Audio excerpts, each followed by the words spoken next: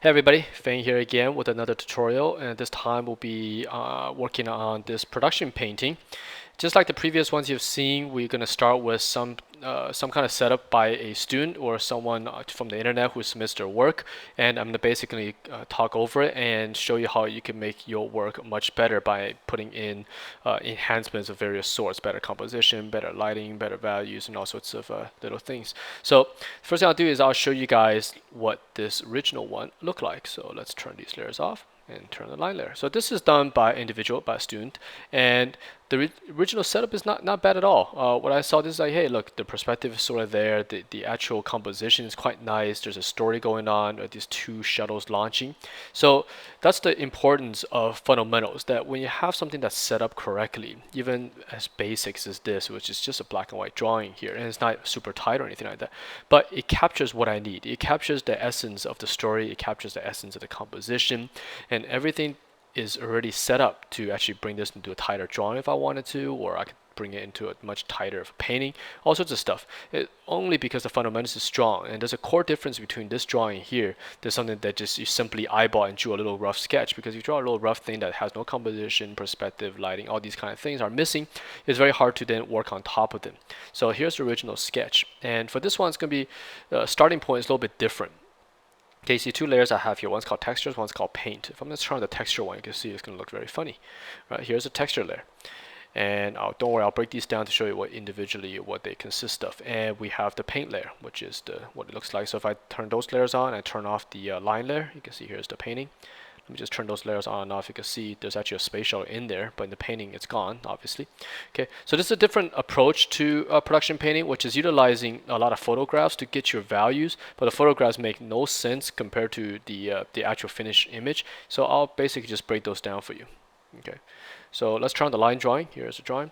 So first thing I do is I let in a couple values. Again, this is a complete different approach than starting from a black and white image and then color tinting it. This is using a base value from just whatever color palette you want. You could take your own photographs, you could just find an image of whatever you want, just get the value. The photograph has nothing to do with the end product. What you're doing is saving a little bit of time by pre-mixing a color palette you like.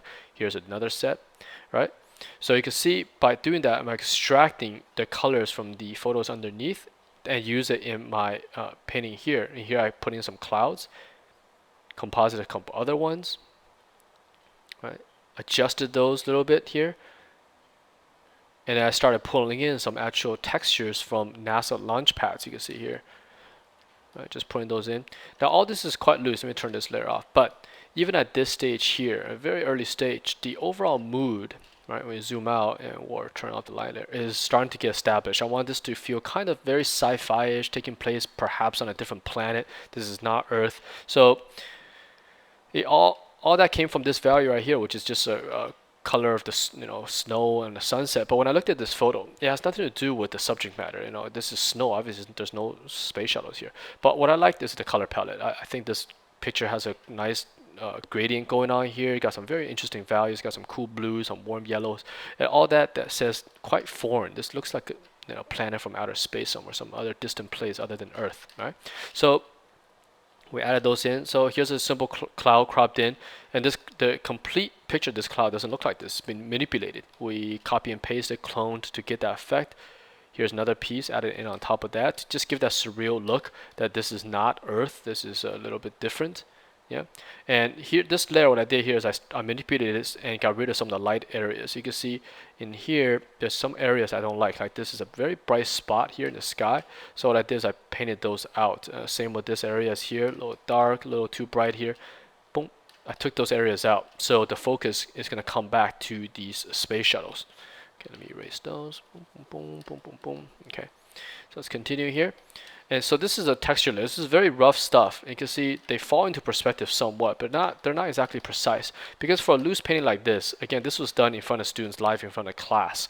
So I pretty much only have an hour, at most hour and a half to do these from scratch without pre-planning whatsoever. Because I show up to class and this is what I see. Right? And I basically have to, on the spot, come up with what to paint. So things tend to happen quite quickly and know that. So everything is a little bit looser. but I kind of like to work in paintings in this style. It just gives it a more energy.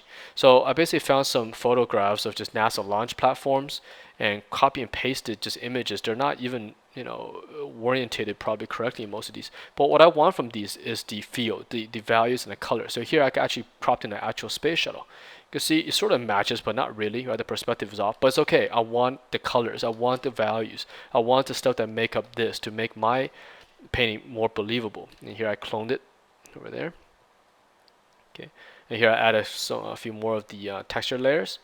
Let's continue turning this on. And here I even added some rock canning stuff, right? Really quick to give an indication. And I believe I carried that across into this section here as well. Just copy and pasted those.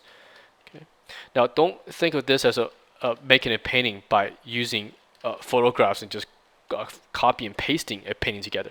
It's very different than that. This is a time-saving technique a lot of us professionals use, because we could paint a painting from scratch, but it takes a lot of time. Okay, sorry about that. Let me get the microphone to clear space. Okay, here we go.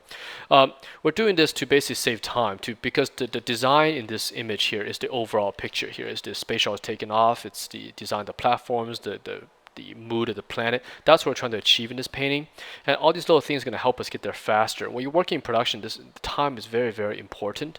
If you waste a lot of time painting stuff that's non-essential, for example, I could spend a whole day painting this canyon back here, but in the scheme of production, nobody cares because it doesn't if this area is not needed. This is what's needed, right? The space shuttle, all of this over here. Whoops, let me indicate that. All of this stuff is your selling point. This is where your viewer to go.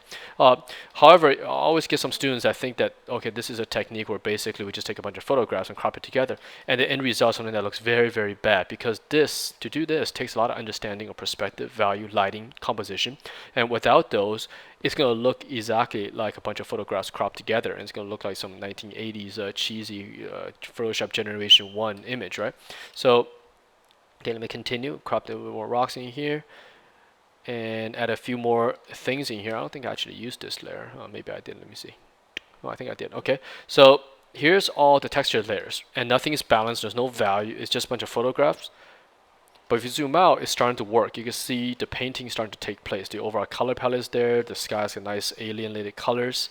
Okay, so what we're going to do next is we're going to start applying the actual paint layer.